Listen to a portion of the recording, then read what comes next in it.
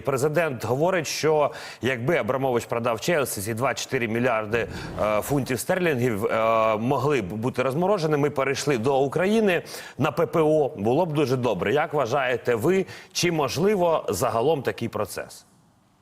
Почнемо з того, що коли він продав свій клуб, то по домовленості з британцями ці гроші були повинні передати на гуманітарні цілі. Це прописано в угоді, яка дає можливість позбутися цього активу.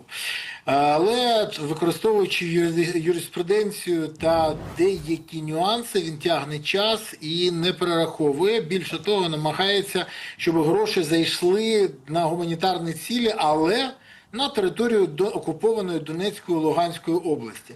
Тож грається в те, що вигідно йому і його власникам. Тому я маю величезний сумнів, що він просто так на це погодиться. Питання в іншому. Чи можна зайти з ним в судовий процес? Можна. Скільки часу це буде тягнутися? Ну, британці вміють доходити до фіналу, але це може йти 3, 5, 10, 20 років. В залежності від того, наскільки буде з боку Абрамовича і з боку України потужна адвокатська група. Тут просто саме питання, для кого от ми це робимо? Справді для себе і шукаємо і такий вихід, і слушно ви зауважили, що пообіцяв. Чи це ми відбілюємо Абрамовича, чи це він нами прикривається і вирішує свої політичні якісь там вподобання і для Путіна в тому числі?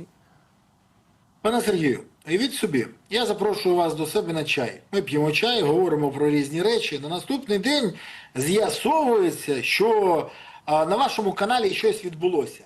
І тоді я публічно починаю вимагати: негайно треба звільнити пана Сергія, ганьба йому, як йому не соромно. А потім телефоную і кажу: Сергій, ну ти ж розумієш, ну просто треба для піпла, щоб він схавав оце шоу.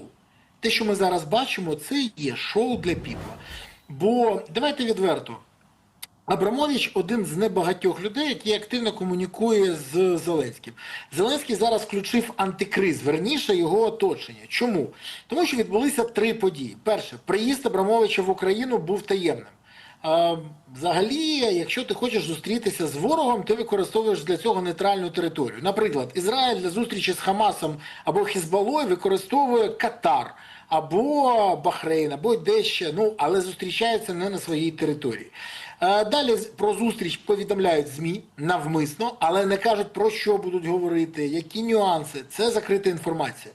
Тут відбувається щось інше. Мені здається, це якісь колаборантські домовленості, тишком-нишком, як це було в Омані. Коли такі ж зустрічі були там, і теж про них нікому нічого не говорили. Це перша історія. Друга історія. Абрамович в'їхав в Україну, і це порушує указ президента. Як, до речі, бо на нього накладені санкції, йому заборонено в'їзд в Україну. То що у нас? Всі тварини рівні, але деякі рівніші? Ну і третій момент всплило, що Арахамія спілкувався з Путіним. Я вибачаюся, але у нас є ще один указ президента про те, що всім заборонено проводити перемовини. І я щось не бачив, щоб цей указ хтось скасував, або вийшов новий указ, яким дозволяється і даються повноваження на те, щоб вести перемовини Арахамії. Тож запитань стало дуже багато, але головне, що навіть у наших партнерів з'явилося відчуття, що щось за закритими дверима відбувається. І їх просто використовують, не кажучи їх, що утаємничо проводяться переговори. Я говорив з 2 міністрами закордонних справ Європи, і обидва мені поставили запитання, чи вважаю я, що сьогодні Кремль і Банкова проводять сепаратні якісь тихі переговори, не залучаючи до них ані європейців, ані американців. І я сказав, що треба подивитися, що буде далі. Бо говорити можна про все, що завгодно. Результат. А результату немає. І хочу нагадати, що саме Путін злив всі ці переговори. Тож, цікава історія. Хоча, давайте відверто, наші шоумени не вчаться на старих помилках. Ви ж пам'ятаєте, як це було? Стамбул. Все, ми там відстоїмо нашу позицію, а потім з'ясовується, що ті домовленості стамбульські, які підписувала наша делегація, не просто неприйнятні, а не ганебні. Але українська делегація їх підписала. Чому? Тому що їм пообіцяли, ніхто ніколи ні про що не дізнається. Вже за деякий час росіяни викинули це в інформаційний простір. Як дізнатися, що росіяни брешуть? Як тільки вони відкривають рота? Тут так само, але схоже, наші шоумени так і не навчилися це зрозуміти і вірять росіянам. Саме тому йде комунікація. Але тут з'явилася ще одна інформація, яку повідомив Володимир Омелян. І це, я вважаю, найголовнішим питанням у всій цій темі. Абрамович приїжджав ще домовлятися, по яких об'єктах не буде бити Україна, і у відповідь на це подивився перелік об'єктів, по яких не буде бити Росія. Якщо ви думаєте, що там інфраструктурні об'єкти, ТЕЦ, АЕС, якісь енергостанції, вокзали, ще щось, ні. Там є, як сказав Володимир Омелян, сигаретна фабрика, якісь бізнес-структури, ще щось. Тож бізнесюки використовують своє положення для того, щоб домовитись один з одним. І якщо Абрамович ніколи не приховував те, що він є амбасадором російського бізнесу з дозволу Путіна, він не тільки гаманець Путіна, він ще й амбасадор російського бізнесу, то хто надав такі повноваження домовлятися, по чому не буде бити Україна? Ну це взагалі цікава історія. По цих МПЗ можете бити, це з наших конкурентів, а по цих не треба, бо нам треба продавати нафту і закривати контракти. Так виходить? Це точно війна? Чи просто хтось хоче, щоб йому не заважали заробляти бабло на черговий будиночок в Монако? От багато запитань. І саме тому з'явилася вся ця історія з цим антикризом. Коли Зеленський з грозним виглядом обличчя вимагає негайно ці гроші перерахувати на закупівлю ракет. В мене тільки питання, а у кого закуповувати буде? Ну так, просто. Щоб зрозуміти. Він хоч знає, скільки зараз є вільних ракет, яких можна закупити? Не знає? Ну хай поцікавиться. І дізнається, що ракет черга, теж так. немає. Це черга і велике виробництво, і ми не знаю, чи в встряємо на якісь пільгових переваг, бо не факт. Пане Бориславе, стосовно бізнес-еліт, яких ви згадали, і російських в тому числі, Абрамович, поки що він один фігурує, чи не побачимо ми ще якихось? Ні, він не один фігурує. Серед тих людей, які комунікують з Києвом, вже кажуть, злізики з Банковою, є люди з прізвищами Бабаков, є прізвище Фрідман, є інші. І, до речі, фактично це легко подивитися. Якщо ви подивитесь, то група так званих Лужніковських не отримала проблем в Україні. Їх бізнес працює і далі. І якщо ви дивитесь, що деякі російські бізнеси вдалося дуже швидко переписати на фунтів українських, то, значить, їм дали таку можливість. І тоді робіть висновки, хто комунікує, хто про що домовляється. На превеликий жаль, люди, які сьогодні керують державою, не є державниками, а є схематозниками і баригами. Відверто, баригами.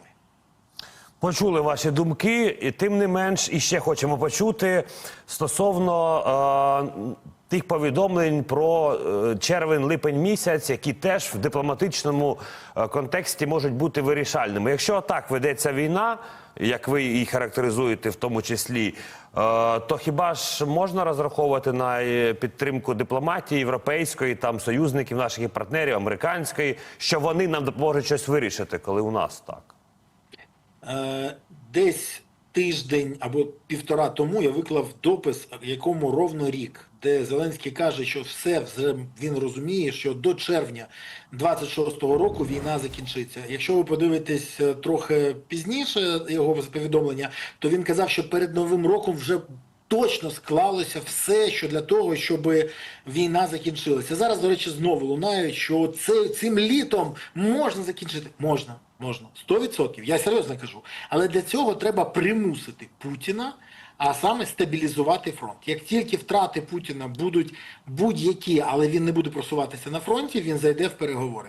Без цього не можна. На Росії складна ситуація через удари по нафтопереробним заводам, через те, що ЗСУ вдало контролюють шляхи і логістику, через те, що зараз фактично Крим знаходиться в осаді. Тимчасово окупований Крим завдяки зусиллям Збройних сил України дійсно зараз знекровлений, від дізеля, від палива, від їжі.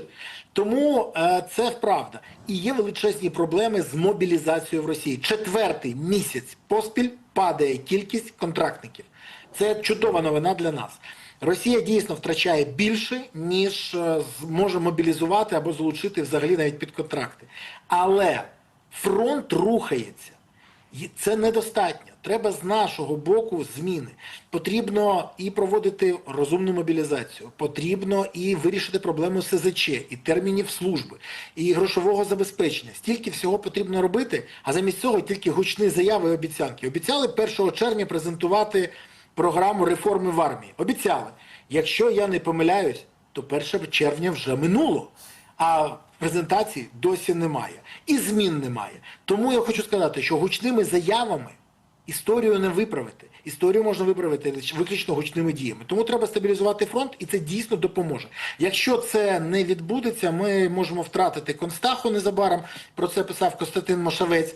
Якщо це нічого не зміниться, ми можемо бачити прориви росіян в напрямку Козачої Лопані, де не вистачає особового складу, і Міністерство оборони не забезпечує особовий склад потрібними дронами. І це величезна проблема. А якщо це відбувається, то мені здається, хтось навмисно так робить, знаючи, що є проблема і не хочучи її вирішувати. Тож висновки робіть самостійно. Але я не вірю в те, що Путін завтра просто скаже: окей, давайте домовлятися. Він може сказати так тільки тоді, коли не буде просуватися на фронті, а внутрішні проблеми будуть доволі великі. Це війна на виснаження. У кого першого закінчиться ресурс, той і погодиться. Дійсно, ми зараз в паралелі летимо. І я скажу відверто, і у нас погана ситуація, і у росіян, але нам треба протриматись. Але для цього треба не просто чекати, поки відбудуться процеси на Росії, а пришкорювати їх і посилювати себе. Оце може спрацювати.